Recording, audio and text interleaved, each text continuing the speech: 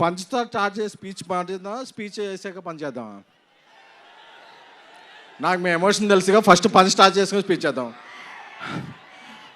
పండగ పండగ, రాజస్థాన్ పండగ, పండగ పండగ, ప్రభాస్ పండగ, పండగ పండగ, పొంగల్ పండగ. ఓకే, ఇప్పుడు ఎమోషన్లోకి వెళ్దాం. ఒక 2021 ఎండ్లో అనుకుంటా ఈ సినిమా ఎలా స్టార్ట్ అయిందో చెప్పాలి. పాన్ ఇండియా స్టార్ ప్రభాస్ గారు మారుతి గారిని ఒక లైన్ చెప్పమన్నప్పుడు మారుతి డార్లింగ్ కొన్ని ఇష్యూస్ గుర్తు చేస్తున్నాను, డోంట్ ఫీల్ బ్యాడ్. ఒక సినిమా మారుతి గారు చేసింది అంత గొప్పగా ఇది అవ్వలేదు. ఆ వెంటనే మారుతి గారు నేను ఒక 20 years నుంచి చైల్డ్హుడ్ ఫ్రెండ్స్. వాళ్ళ ఫాదర్ కూడా అకాల మరణం చెందారు. కొంచెం డౌన్ అయ్యాం అందరం. ఒకరోజు వెళ్ళి ప్రభాస్ గారికి చెప్దాం, సార్ కొంచెం ఇలా ఉంది, నేను ఏదన్నా ఒక మామూలు సినిమా చేసేస్తాను అని ప్రభాస్ గారి ఇంటికి వెళితే నేను రోడ్డు బయట కార్లో వెయిట్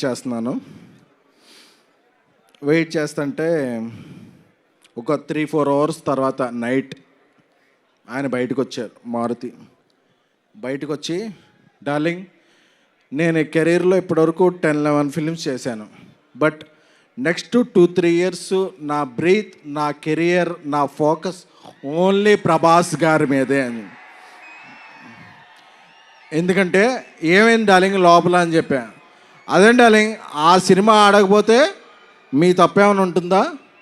మీరు చెప్పిన స్క్రిప్ట్ నాకు బాగా నచ్చింది, మనం సినిమా చేస్తున్నామని చెప్పిన పర్సన్. ఎందుకంటే ఒక్కసారి ప్రభాస్ గారు ఫిక్స్ అయితే క్యాలిక్యులేషన్స్ ఉండవు, మ్యానిపులేషన్స్ ఉండవు, స్పెక్యులేషన్స్ ఉండవు, డిస్కషన్స్ ఉండవు.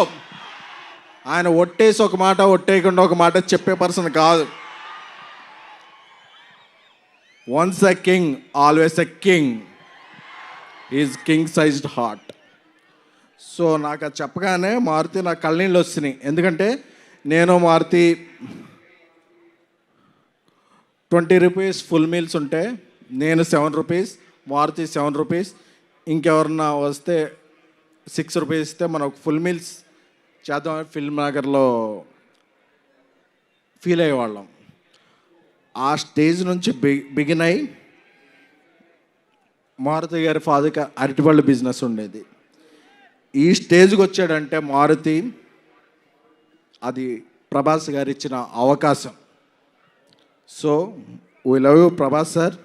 ఎందుకంటే ప్రభాస్ గారికి బాగా క్లోజ్ ఫ్రెండ్ మా యూవి వంశీ చెప్పాడు, మా వంశీరెడ్డి, అరే నువ్వు వెళ్ళేటప్పుడు ఏమన్నా స్పీచ్లో ఎలివేషన్స్ ఇవన్నీ అతి చేయకు అని.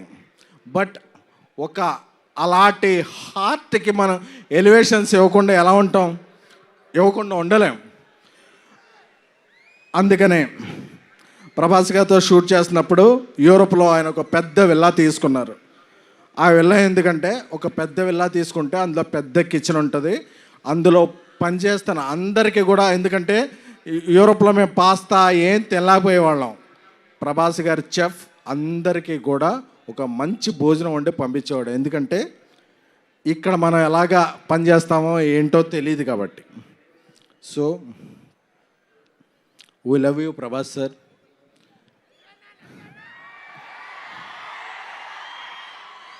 నేను మారుతూ ఒకటే చెప్పా, డార్లింగ్ నేను సినిమా తీసిన తర్వాత, అంటే ఈ సినిమాకి ప్రొడ్యూసర్ విశ్వప్రసాద్ సార్ ఇంత ఖర్చు పెట్టి ఇంత డేర్ చేసి, అంటే డేర్ అంటే వాట్ ఎవర్ ద సిచ్యువేషన్స్, ఆయన చాలా రాక్ సాలిడ్గా ఉండేవాళ్ళు. నేను ఒకటే చెప్పా, రాముడు ఆ రామసేతు కడుతుంటే ఉడత ఇసుక ఇది చేసింది కదా, నేనేమీ కాదు, ఈ సినిమాకి నేను ఉడతను మాత్రమే. బట్ బికాజ్ ఆఫ్ ప్రభాస్ గారి మంచితనం, మారుతి నా స్నేహితుడు మారుతి.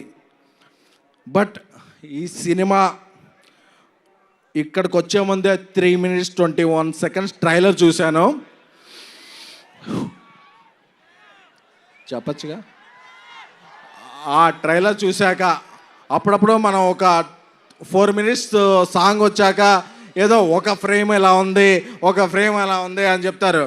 ఆ ట్రైలర్ చూశాక ట్రోల్స్ ఉండవు, మీరు ఫిక్స్ చేసేదానికి ట్రోల్స్ ఉండవు, బుకింగ్ తీసుకునే రూల్ ఉండవు. పాన్ ఇండియా ప్రభాస్ గారి రూల్ మాత్రమే ఉంటుంది.